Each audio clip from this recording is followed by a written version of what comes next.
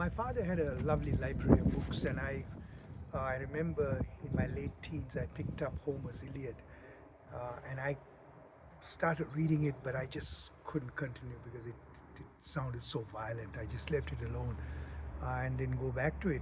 But I would hear of it, I'd read about it every so often, but I still didn't pay attention to it until very recently, when Ian McGilchrist, the neuroscientist and psychiatrist who's been talking about the left hemisphere and the right hemisphere and us needing to be whole brained, has been talking about Homer's Iliad in terms of us being stuck in the left hemisphere of the brain, and and that has made us be violent, self-righteous, and I'm right, you're wrong kind of thinking. So that raised my curiosity again, and every 2 weeks or so I go to a bookshop and I browse around, and a book jumps out at me, and this is the book that jumped out at me. It's called Enraged, and it's written by Emily Katz-Anhalt. And the book, the smaller title says, Why Violent Times Need Ancient Greek Myths.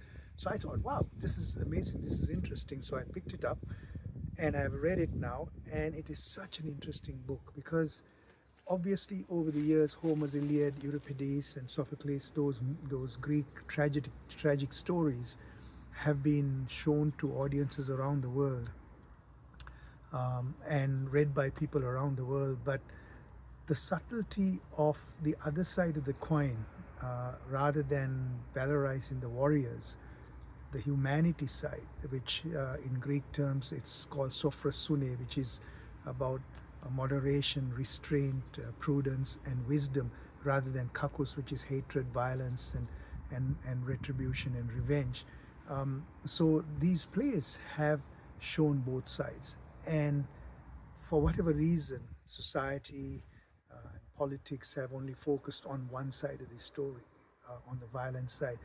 So this book really brings out the need for us to look at the balance between the two. And I'm just going to read a small piece from this because I talked about this a couple of weeks ago too, in terms of the karma of violence. And this, there's a little bit of a passage that I want to read. And it goes, even as Athenians in the late 5th century continued to wield imperial power of behaving with rapaciousness and callous cruelty towards those in their power, in this play, the perpetrators bring suffering not only to their victims, but also on themselves. And the Hecuba enables the audience to see that whatever power derives from wealth, influence, physical strength, military might, or numerical superiority, it is in the interest of the powerful to exercise restraint and compassion.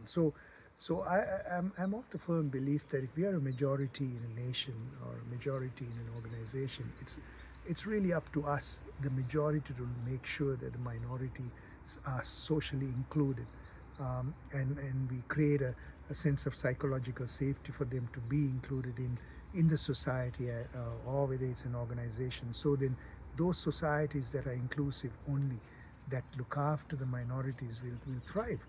The other societies will disintegrate because then there's suffering that's spread all over, because when there's violence, then there's also a karmic effect to that too. So I just wanted to put that out there today.